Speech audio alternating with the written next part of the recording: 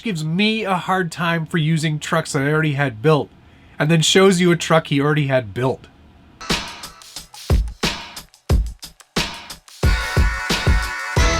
Welcome back to the Scale Builders Guild. Thanks again for watching. It's episode 2 of Road to the Nationals, and in this video we're going to cover a lot of updates, a lot of changes to both Class 1 and Class 2 trucks.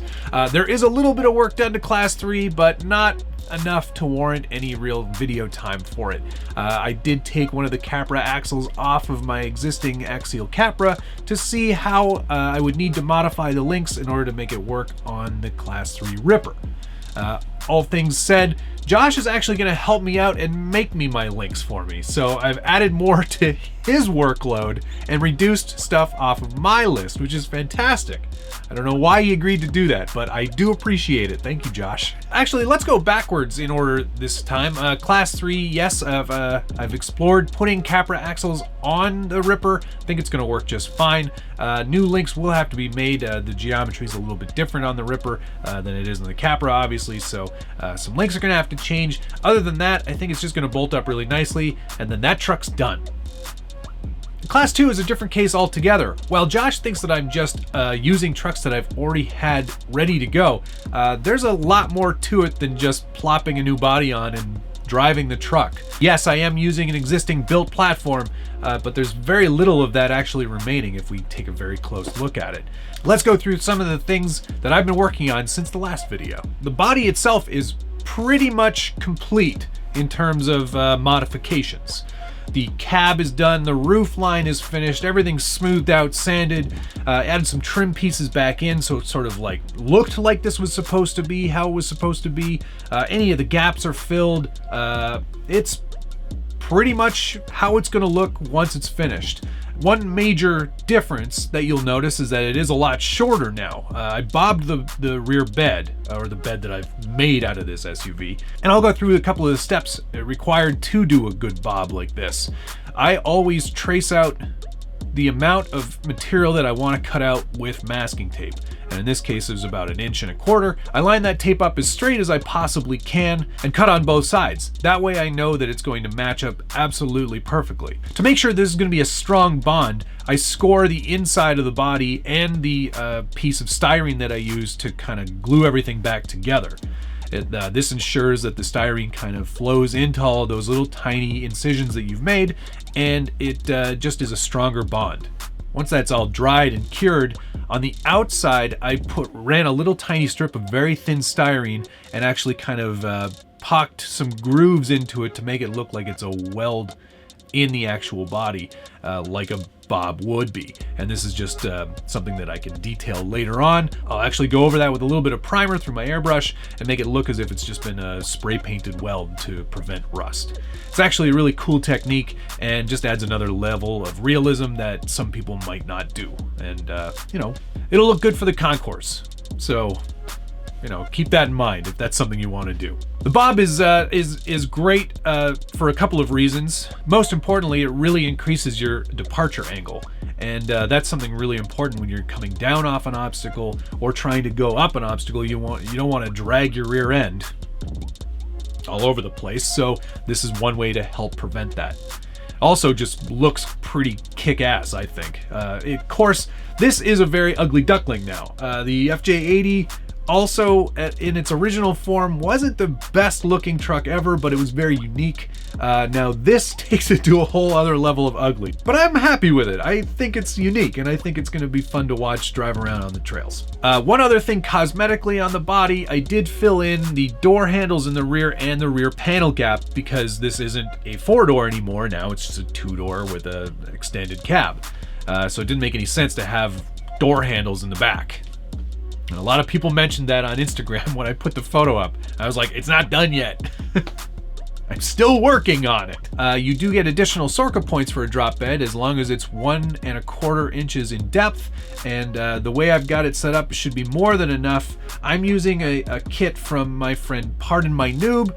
Richard used to make these. He vacuum forms them, and they are amazing. They're actually made for your Toyota Hilux body, and they're as accurate as you can get.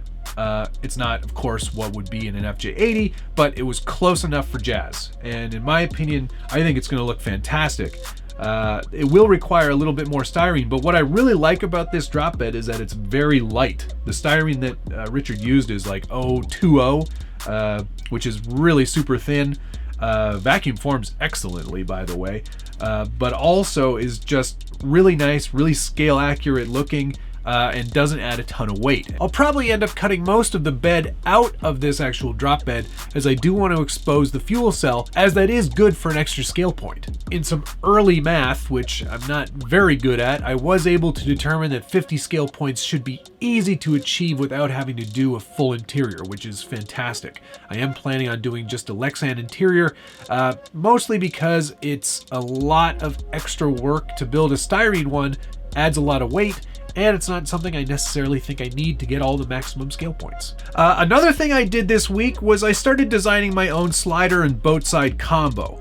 I wanted to make something that was going to be a boat side, that was going to give me a little bit of a performance boost, also smooth out that whole underside of the truck. Vanquish did a great job with their sliders, but there was a bit of a gap between the chassis rails, skid plate, and the slider itself. So this was designed in an effort to kind of smooth that whole thing out, make it a nice transition, give it a bit of an angle, so if it does get hung up on an obstacle, I can just kind of wriggle myself out of it and slide off that obstacle, hopefully. That's the intention anyway. This is my first stab prototype. There are a few design flaws, some things that I'm trying to work out, and I printed it very quickly just to get it printed out and tested. The second generation will be a lot smoother, and once I'm happy that I've worked out all the bugs, I'll print it out in PETG, which is a much stronger, much more resilient plastic that should hold up to a ton more abuse than PLA. If this was your Class 2 truck, and keeping in mind you can only do 2 of the 3 things, either a nose pinch, dovetail, or boat sides, which 2 of those 3 things would you do on your comp truck? Put a comment down below. You know I love reading through all your feedback, and I try to answer as many of those comments as I can. Another thing done to the chassis this week is adding some high clearance rear links from RC4x4 Performance Stainless. One of the goals of this truck is to make it as low as possible. I like a low slung truck. I think they perform a lot better with the center of gravity as low as possible. And one great way to add a lot of clearance on the underside of the truck is to add these high clearance links. It's kind of the same kind of theory as having a portal axle, but this just gives you a bit more clearance underneath. This is just an opportunity that I saw to add a little tiny bit more performance in an already great performing truck. I don't know if it's going to be a huge improvement, but it is something that I did want to give a try. I'll be sure to put links down below to all of the things that I've got for this truck. The link kit from RC4x4 Performance, I don't think is a standard item yet.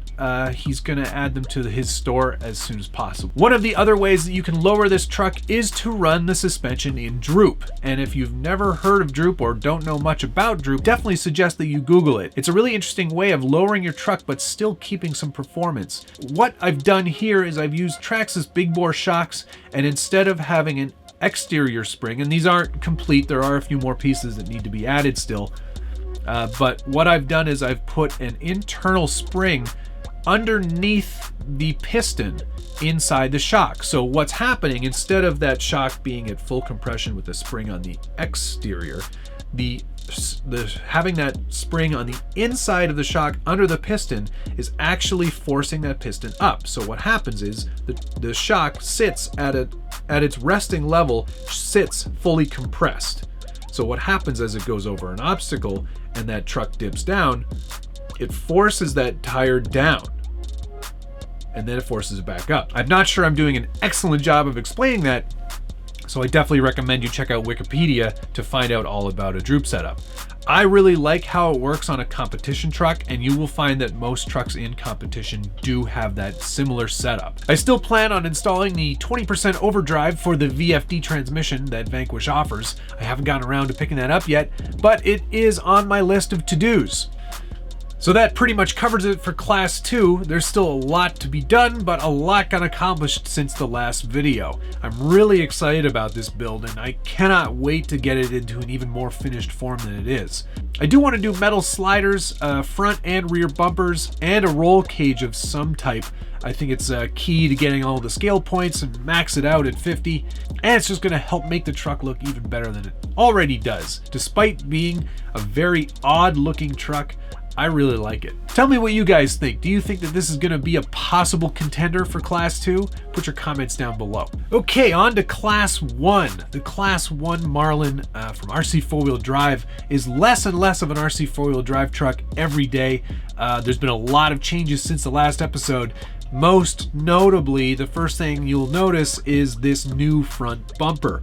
This front bumper is from A&M Garage. One of the best reasons for using this bumper is that it's very tight to the body. It's also absolutely SORRCA legal, as a Class 1 bumper has to be as wide as the window or windscreen on the truck. So you can't be any narrower than this. It has to be this minimum width if you're using this body. Of course, if you're using another body, it can be shorter, but for this body, this is as close to barely legal as possible. And that's the only time you're going to hear me say that on this channel. One other great feature about this bumper is that it also integrates the front leaf hanger or perch.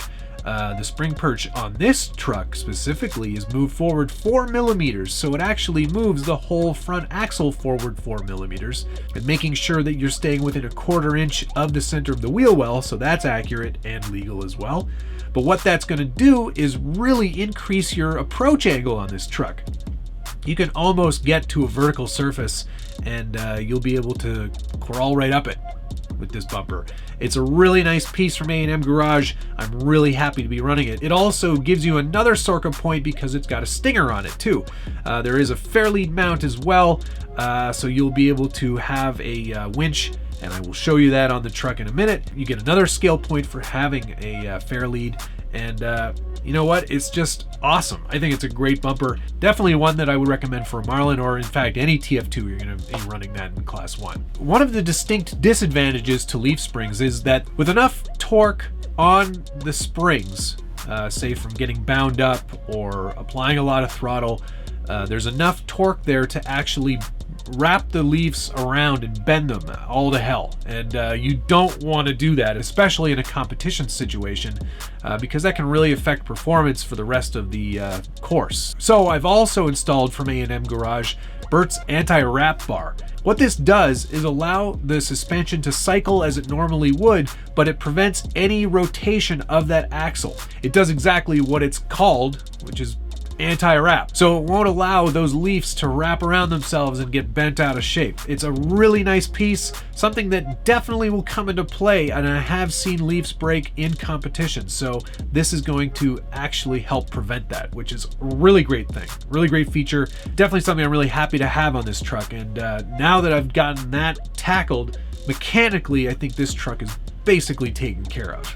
I've also installed a Reefs RC4WD V2 servo winch, and I like this winch because it works very well. You don't need any additional parts to make it work. You just plug it into a 3rd channel or an auxiliary channel on your radio, set to a 3-position switch, and you've got a functioning servo winch. It does have this nice machine spool on the outside, and I did have to drill a couple additional holes in the chassis to make this work. Tapped them, of course, so I could screw directly into the chassis. It's a nice, firm, solid mount. The only disadvantage of having a servo winch in this position, there's no direct line to the actual fair lead. So what I've done here is bent up a piece of 3/16 brake line that I had lying around. It's already got a flanged end on one end, so your servo line will go through that tube all the way to the front of the truck. It's not perfect, and it's not the best way to do it, but it is going to function just fine. What I really like about this setup is that it does keep that line out of the way of any moving parts, therefore reducing your chance of breaking or wrapping that line around something and, you know, spooling it out all over the spur gear, for example. So none of that's going to happen, which is really great. You'll also notice that I've cleaned up most of the wiring with some braided line here. This is some braided line that I got on Amazon. I'll put a link down below where you can pick that up. It's very handy. This 1/4 inch width is perfect for most of the wiring in our hobby. And it just helps clean up the whole truck. Certainly reduces the chance of any of these wires getting caught in something and you know, shorting out or breaking or anything. It's going to be much better overall. A great way to do it. Really happy that it's done too, because it's tedious work. You'll notice that I've tried to lay everything out on the chassis as evenly dispersed as possible in terms of the weight as well. The ESC and motor are on one side, the servo and the servo winch are on the other, and the electronics box is right down the center of the truck. I will say that for competition, weight distribution is really important, and it's one of the things that I've always struggled with. But not anymore. I've now got this G-force weight gauge. And what's great about this scale is that it comes with 4 individual platforms, and they're all tied into this main unit. So you can actually see where your weight on your vehicle is being distributed. And pro-level comp crawlers have been using this sort of thing for years. It's new to me, but certainly something that I'm going to be using all the time from now on. This is amazing. You can get individual weight for each of the 4 corners of your vehicle. Left side and right side totals. You'll get front and rear totals. You'll get a total weight for the whole thing. And it also shows a percentage, so you can see how much weight is forward and how much of it is rear. It's a really great way to balance out your truck, and that's essentially what you want. You want this thing to be pretty balanced, maybe a little front forward heavy, but certainly not anywhere out of balance left and right of the vehicle. It's really important to have that set up, and the only way you're going to be able to do that was with a scale like this. So obviously this isn't for everybody, but it is something that I find very, very useful. I'll make sure to put a link down below where you can pick one up for yourself, because it's an invaluable tool. As you can see, I'm not quite there yet in terms of my weight distribution. I'm hoping that putting a battery on the driver's side will help even that out. But overall though, it's pretty cool to see where the weight's being distributed. And if you have any ideas about what else you could use this scale for, I don't want to hear about it. So yeah, that's it. That's one truck done, one nearly done because I didn't have to do anything to it, and one that's not even close. But we've got what? Just under 60 days? I think that's plenty of time. I'm actually feeling really good about this year, and I'm actually gonna have these trucks done on time. And the great thing about it is that means I've got trucks for all the rest of the comps for the rest of the year. I'm killing this thing. So if you like this video, hit the like button, subscribe if you haven't already, and hit that notification bell so you get updates anytime there's a new video from the Scale Builders Guild. There is still a lot more to come on the road to Scale Nationals. I am so very much looking forward to that competition. I hope you will continue to watch and see how these trucks evolve.